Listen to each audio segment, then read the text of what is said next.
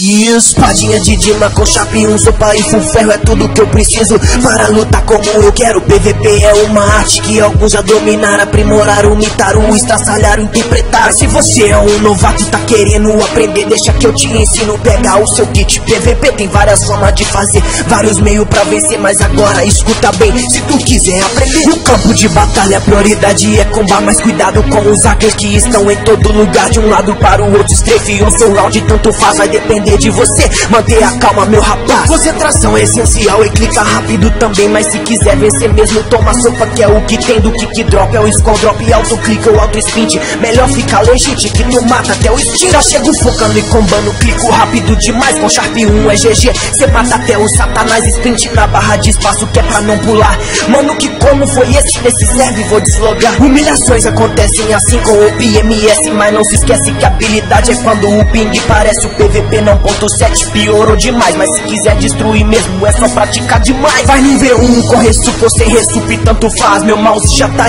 quente, meus dedos não sinto mais. Os reis do PVP não desistem de melhorar, praticando todo dia pros melhores se tornar. Seja original e crie o seu próprio combo. Aí, Beyblade Style no comando.